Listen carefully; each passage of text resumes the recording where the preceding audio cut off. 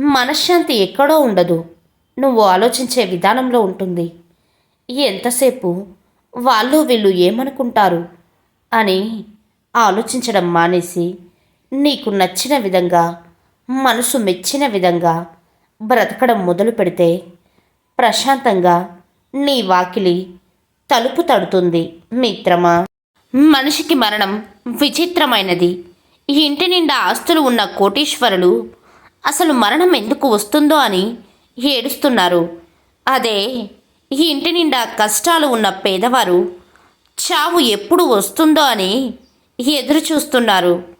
మనిషి ఎక్కడ గెలుస్తున్నారో, ఎక్కడ అలసిపోతున్నారో ఎవరికీ తెలియదు. మట్టిలోకి మాత్రం మనశ్శాంతి లేకుండా వెళ్తున్నారు.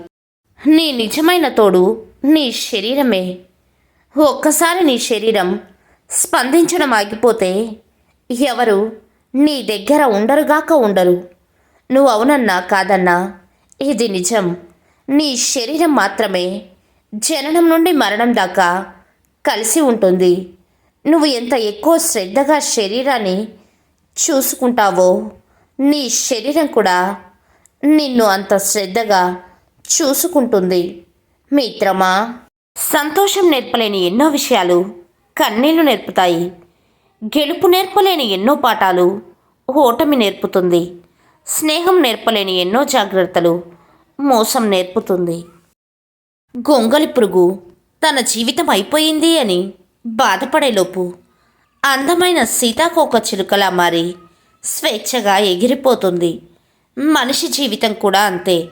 కష్టం వచ్చినప్పుడు ఓర్పుగా ఉంటే కొత్త జీవితం మొదలవుతుంది మిత్రమా.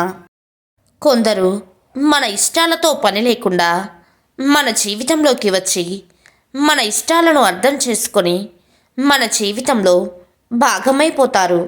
మరికొందరు మనం చూపించే ఇష్టాన్ని చులకనగా చూసి మన మనసును అర్థం చేసుకోకుండా మన జీవితంలో నుండి దూరంగా పోతారు.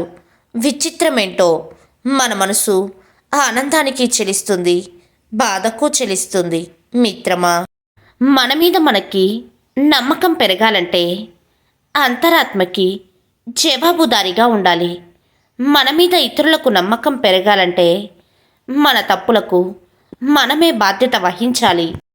కోపం ఆవేశం ఉన్నవారికి మోసం చేయడం రాదు. మోసం చేసే వాళ్లకు కోపం ఆవేశం ఉండదు. ప్రస్తుతం సమాజమంతా నటనతోనే ముడిపడి ఉంది. అలాంటి వారికే రోజులు కూడా బాగా కలిసి వస్తున్నాయి. గొడవ జరిగితే కానీ బయటపడవు. అసలు ఎవరి మనసులో ఏముందో చూడడానికేముంది? అందరూ నవ్వుతూ పలకరించే వాళ్ళే. అవసరం ఒకరిది అయితే అవకాశం ఇంకొకరిది. ఆ కోపంలోనే మనిషి అసలు వ్యక్తిత్వం బయటపడుతుంది. కోపంలోనే మనసులో ఉన్న నిజమైన భావాలు బయటపడతాయి మిత్రమా.